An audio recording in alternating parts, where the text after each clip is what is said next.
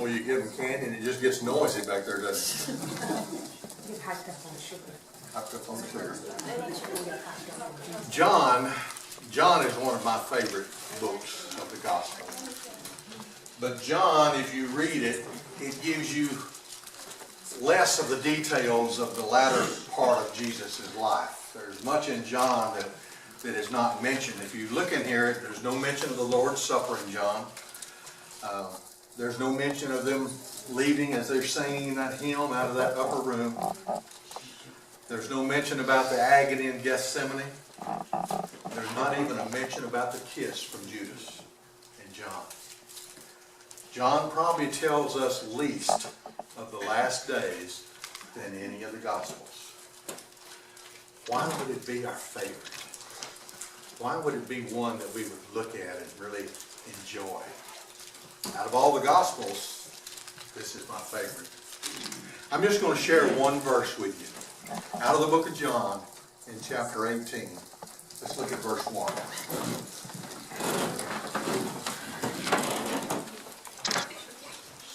When he had finished praying, Jesus left with his disciples and crossed over the Kidron Valley. On the other side there was an olive grove, and he and his disciples went into it. This is God's word for God's people. Thanks be to God. This is after what we call the Lord's Supper. This is after the upper room. This is after indicating that one of the disciples was going to betray him. This was all taking place now after they had left that upper room, and Jesus was about to be delivered, about to give himself to the guards, about to be acknowledged by Judas as the one. Jesus spent very little time in Jerusalem. He probably didn't spend any nights there to amount to anything in the latter days, if he spent any nights there at all. He stayed in those last few days with families in Bethany. But he was probably accustomed to going across that Kidron Valley into that olive grove. That was probably a place where he frequented several times. Now, crossing that area was a place where the thieves and beggars would try to bother you or try to hold you up. It wasn't a very easily place to get to. They wouldn't bother you going in, but they would be more likely to bother you on the way out. But this is where Jesus took his disciples. This is where Jesus spent the last little part, the last hours of his life. Jesus crossed over. Judas had already made the commitment, and Judas and some of the army, some of the detachments were all probably waiting in the area, getting close to him. Gethsemane was a place at the foot of the Mount of Olives.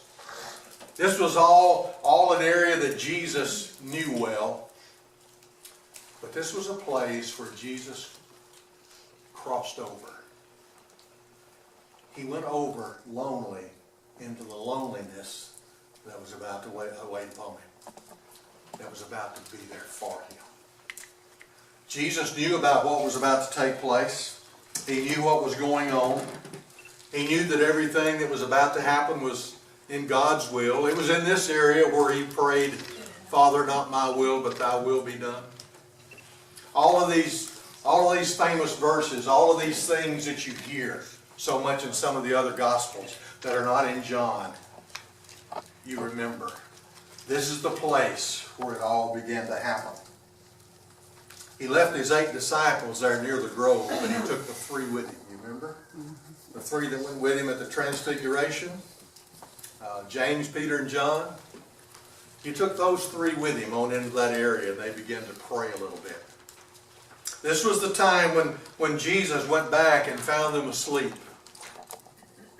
And he kind of scolded them a little bit. Couldn't you just stay awake for a little while? He went back and he was praying. Drops of blood, sweat came about upon his head. Have you ever prayed that hard? No, I haven't either. But this was a time when Jesus was alone. Jesus knew that he was alone. He was by himself. I think it's interesting when he talks about he crossed the Kidron Valley. He went into another area. You see, the whole point of that is Jesus was about to die. But yet he knew that, but he continued to go on to that area. That was a commitment that he had made. He left the safety and went into where the darkness was at. Have you ever stepped over into the Kidron Valley? Have you ever stepped over to the other side? Have you ever made that commitment, knowing what God is wanting you to do, but yet it is so hard to step and make that commitment to do it? You know the hardest thing for us? That Kidron Valley, that step that maybe we're about to take. It's not so much theological, it's not so much what you're reading and what you're understanding. That place, that Kidron Valley, that thing that separates. That's what separates us from my will to God's will. It's not anything big. It's not anything huge. It's not something that's going to take you a long time to get there. It's just a matter of stepping over, putting yourself back, and putting God first. That was exactly what Jesus had done. He stepped over, and he was about to put you first, and me first. Wasn't any more about Jesus. Now it was about what God wanted. Now it was what God's plan was. You see, that Kidron Valley can be a different commitment, something that makes us step, something that separates us from where we are at. It can be your commitment in the church. It can be your commitment with your family. It can be many different commitments. It's about taking self out of it and putting God right there. It's about stepping over and saying, no longer am I looking at what's good for me. I'm looking now at what's good for God. That was exactly where Jesus was at. When he stepped over, when he went into that area, he knew Judas was waiting. He knew the priests and the leaders and the battalions of army were waiting upon him. He knew they were coming. He knew the consequences. He knew what was going to take place. But yet he stepped. He went on. Do we have that kind of a commitment? Do we have that kind of a commitment, knowing that maybe the road is going to be difficult, but I need to make this step? Do we have that commitment that somebody tells us 6 months? Do we have that commitment? Is our life going to change all of a sudden if we're told 6 months? Are we going to be willing to step across then? Are we going to put our trust and our hope in God at that time? Jesus was very much a man then. He was very much a man, and he knew exactly what awaited him. He knew the pain, the torture that was coming, but yet he proceeded. He went on ahead. Sometimes that's the difference. And I guess that's why they call him Jesus. I guess that's why they're able to call him Son of God. Because he's able to be that close to God. And that's where we lack. That's sometimes where we fail. We call upon God when it gets too late. We call upon God when our days get short. We call upon God when trouble begins to attack us. But you see the difference in Jesus? Jesus did not wait for them to come to him. Jesus met them head on. He met them head on. He went right straight to them. Didn't try to evade them. Didn't try to mislead them. He went head on to them. He knew what his future was. He knew what lay ahead. And he stepped over. You and I, we know what lays ahead of us. We know our future. We know what takes place. Maybe not in this world. I'm not talking about in this life, okay? But we know what God has planned for us. And do we have that kind of a commitment to step over and be committed, not to what I want, but what God wants for me? That's the whole difference. I wish I could stand up here and tell you that, yeah, I'm right on track. But I can't. Sometimes it's hard to step over, knowing that times are going to be tough. Times may be hard. But God has a future plan for you. Amen. He has a plan for you that we cannot imagine.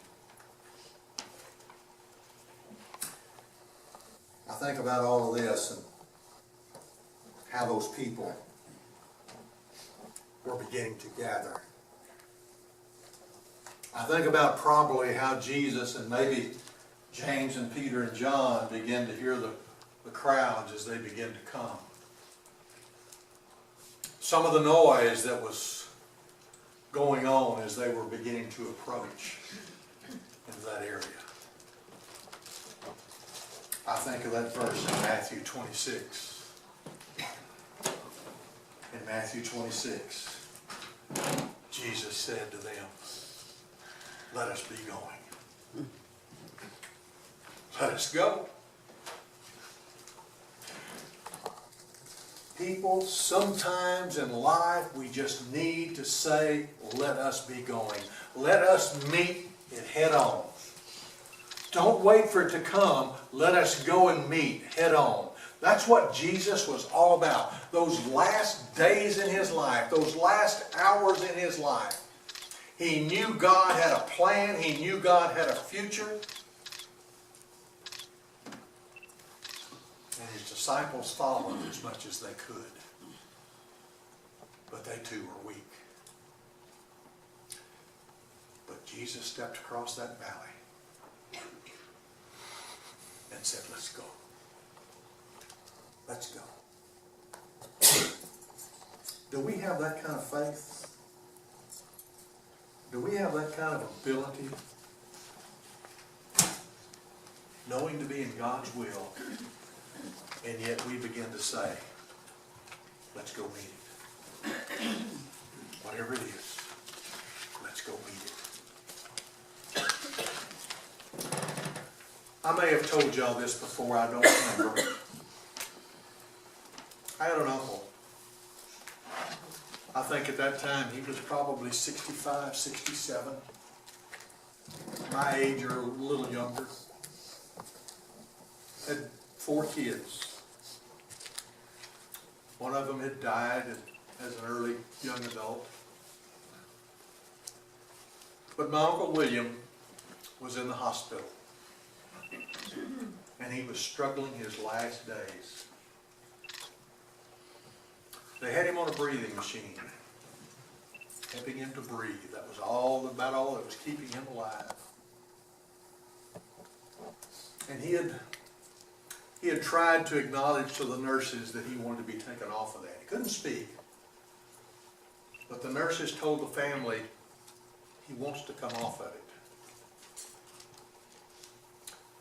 But every time they would talk to him or try to talk to him about it, he couldn't tell them. He couldn't make them understand, or he didn't want to put them in that situation where they would have to or could. And his wife and his kids asked me, said, Jim, would you go in there and talk with him and see if he will tell you that he wants to come off with that? I said, I will. And his son, youngest son, came and kind of stood in the corner out of the way. And my uncle couldn't see him. And we were in there, and I just grabbed his hand, and I said, William, you know who this is? I said, if you know who I am, just squeeze my hand. He squeezed my hand. And I said, you doing okay? He'd squeeze my hand again. And I talked to him for just a few minutes. And finally, at the very end of the conversation, I asked him, I said, if you want to come off of this breathing machine, I said, just squeeze my hand. And he squeezed my hand. See, he stepped over. He stepped over. He was able to step because he knew what God had planned for him. And he just squeezed my hand. And the son was able to see him squeeze. So it wasn't me just going out and telling them. The son saw him squeeze my hand. And we went back, and I told his wife what had happened. And so she told the doctor, I said, take him off. And he lived maybe 3 or 4 or 5 minutes. And he was gone. But can you imagine standing and stepping across that Kidron Valley and making that commitment, knowing what your future was about to be, but knowing what God had planned for you? That's the difference. That's the difference in my will and God's will. That's the difference in what I want and what God wants. He knew he was not coming off of that. He knew he was not going to get back.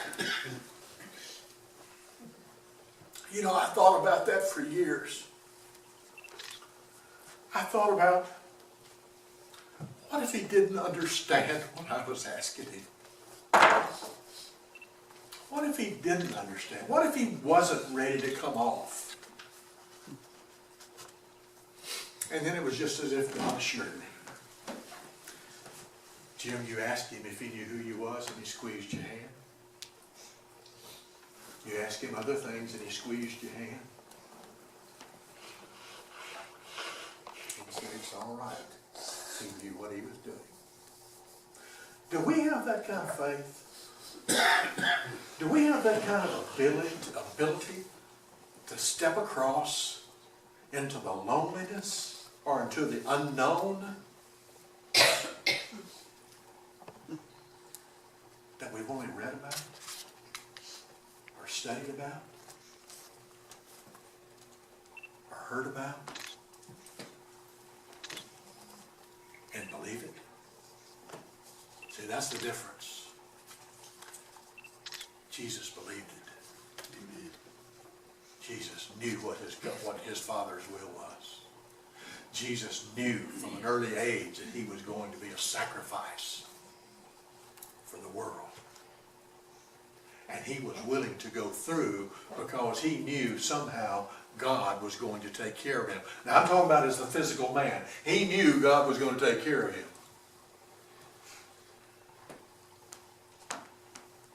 Can we understand that? What commitment are you toying with right now? What challenge is before you that you're not really sure of? There's something. There's something that is challenging you right now. And it's about a decision of whether you do it or whether you allow God to do it. Whatever's going on in your life, I want you to know God has a plan. Amen. What is it, Jeremiah 31:3 says? For I know the plans I have for you, not to harm you, but to bless you. Plans to prosper you, not to harm you, plans to give you hope in the future. God has plans for us. We just have to yield to that.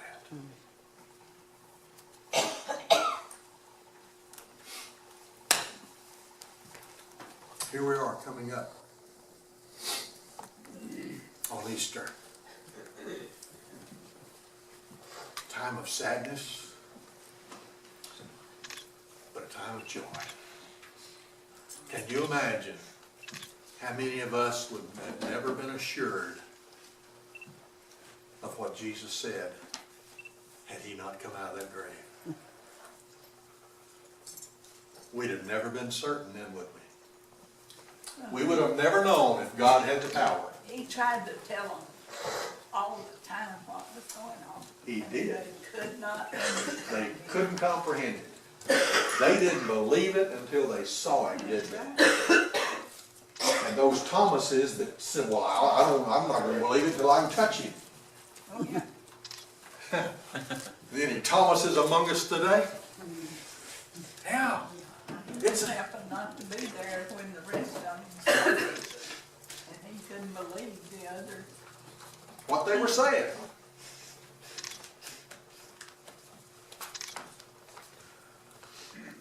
People, it's about faith. I can't prove it to you. All I can do is share with you what I've found and share with you what I know. Our daughter called from college one day. First week in school at a United Methodist College at Lon Morris in Jacksonville, Texas.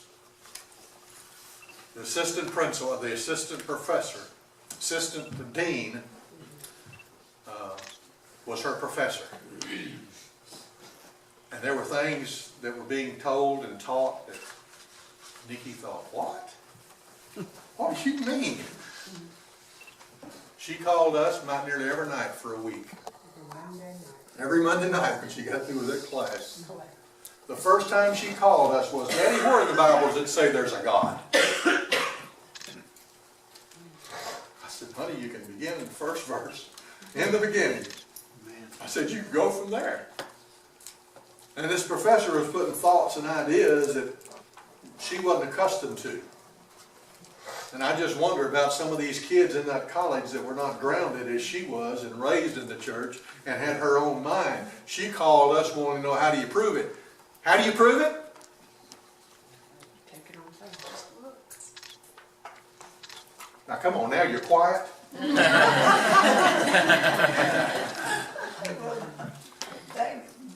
They left us a road to follow in the Bible. And if we follow that road, there's no way we can go wrong. When you get serious with her, she gets quiet for a minute. It's by faith. You take it with faith and you believe it. That's why you can step across that Kidron Valley. That's why you can step across and say, unplug me. That's why you can step across and say, I know that I'll live because my Creator has told me that. I know that I know that I know. I know. I know. But why is it so hard for us to step across into God's will?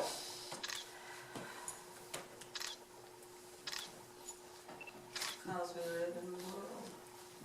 Because we live in the world and we love self so much. It's about stepping across into God's world. Well, that's what Jesus said, not my will, but your will.